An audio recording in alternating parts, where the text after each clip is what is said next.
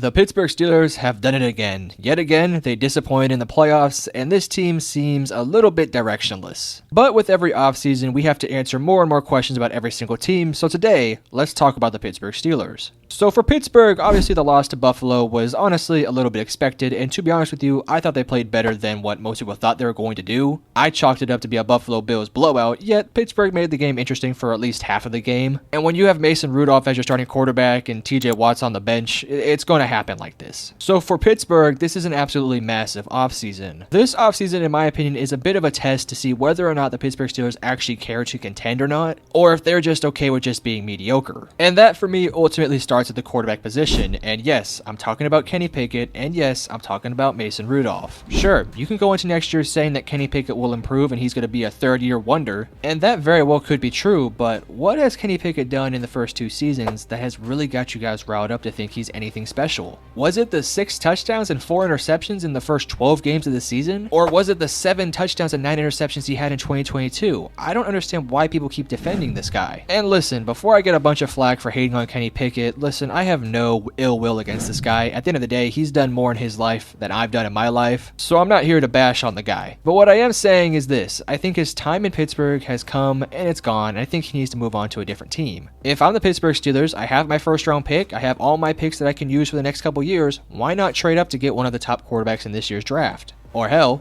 go out there and get a Kirk Cousins, or a Russell Wilson, or a Justin Fields, because all of them are going to be better than what Kenny Pickett brings to the table. Here's a team who might be interested in Kenny Pickett: the Seattle Seahawks. Why not trade Kenny Pickett for a third-round pick and go out there and get your own quarterback of the future? Seattle fans, respectfully, I'm just using you guys as an example. You guys probably don't want Kenny Pickett either. But going back to what I'm trying to say, if this team wants to get serious, they have to go out there and get a quarterback. Caleb Williams, Drake May, Michael Penix, Bo Nix, maybe even JJ McCarthy are all 10 times better options than what Kenny Pickett brings to the table. I know Kenny Pickett didn't have the best cards dealt to him with Matt Canada and Mike Tomlin and all this stuff that's been going on these past 2 years, but when you have the talent that the Pittsburgh Steelers has offensively, you have got to put up better numbers than 6 touchdowns in 12 games. Hell, it took Mason Rudolph to force feed George Pickens to really unleash what he's good at. Kenny Pickett couldn't do anything with George Pickens the entire season. And when Mason Rudolph is the starting quarterback in the playoff games, despite Kenny Pickett being somewhat healthy, I think that tells you everything you need to know. So yes, I think Kenny Pickett will be replaced, and I think it's going to be by either an already established quarterback like a Russell Wilson or a Kirk Cousins, or a young rookie quarterback like a Bo Nix, Michael Penix, Caleb Williams, so on and so forth. As for what you could trade Kenny Pickett for, maybe a 3rd or 4th round pick if you're lucky.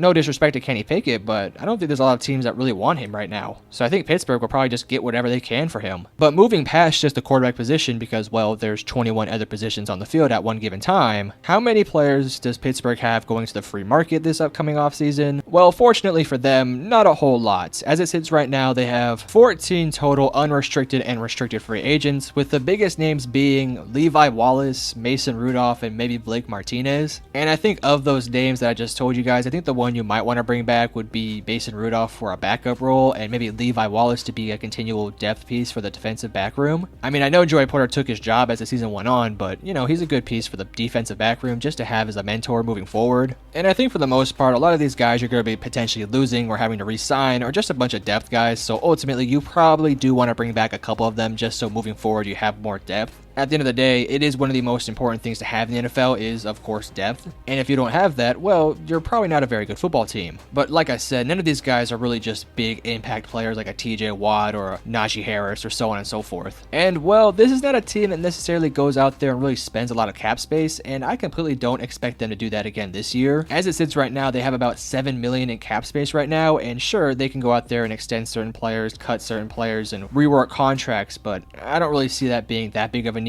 And that's just because the identity of what Pittsburgh typically does during the free agency process is, well, they're pretty conservative when it comes to that sort of stuff. When was the last time we saw Pittsburgh make a blockbuster deal? It's been a while. This is not a team like the Sean McVay LA Rams or the Mike McDaniel Miami Dolphins. So unless they change what they've been doing over the past couple years, I don't expect them to make any moves, but if they do, I think it would be pretty interesting to see who they could potentially bring in. And when you look to see like what positions they could potentially fill, they don't really have a ton of gaping holes they really need to look look to address. Like, sure, the linebacking room and maybe a safety over Devontae Casey could definitely be in play this year, but I just don't really think there's anybody out there who's going to replace those guys that you would potentially take in the draft, maybe in free agency if they decide to spend a little bit of money. Like, Devin White is out there, but let's be honest, Pittsburgh would have a very hard time going out there and making the money to sign him. Same thing applies to a guy like a Micah Hyde. So I think more than likely they'll just keep those guys where they are and just continue to work on the scheme. And if anything, they'll probably look to address the linebackers in the secondary with their second, third, maybe even their first round pick if one falls to them. And that's just the defense. When you look at the offense, a lot of the same principles apply. Not a lot of gaping holes. Sure, they could use some interior offensive linemen and maybe a left tackle, but it's not a serious need for them to seriously address right now. Like, if there's a really good offensive tackle prospect available, sure, go ahead and take him. Move him to the left side and you're going to have Broderick Jones and a rookie left tackle for many years to come. But if you're asking me if I would rather have a top tier quarterback from this year's draft or an offensive tackle, well, of course I'm going to say the quarterback. Because outside the offensive line and the quarterback, you have Najee Harris, Jalen Warren, Deontay Johnson, George Pickens, Pat Freiermuth, Darnell Washington. I mean, we're talking about a really good offense with a lot of really good pieces. So roster-wise, it's pretty good. Now, the coaching staff definitely does need some work. They really need a new, young, innovative offensive mind to take over the offensive coordinator spot. I don't have any big-time name guys, and you're not going to be able to get a guy like a Ben Johnson or a Bobby Slowick on your team, but if you can get somebody within those trees, I definitely think that could be interesting. For example, you could take an offensive coordinator assistant from the Houston Texans or the San Francisco 49ers or so on and so forth. And I actually do have one name, and I seriously doubt it's going to happen, but let's say Dallas does fire Mike McCarthy. Maybe you make Mike McCarthy your offensive coordinator. He's not a good head coach, but I think he did some good things with that Dallas offense this year, so maybe he can bring that West Coast style offense to Pittsburgh if he does get fired. That's not going to happen, but you kind of get my point. They really just need to find an innovative offensive mind to fix this offense right now.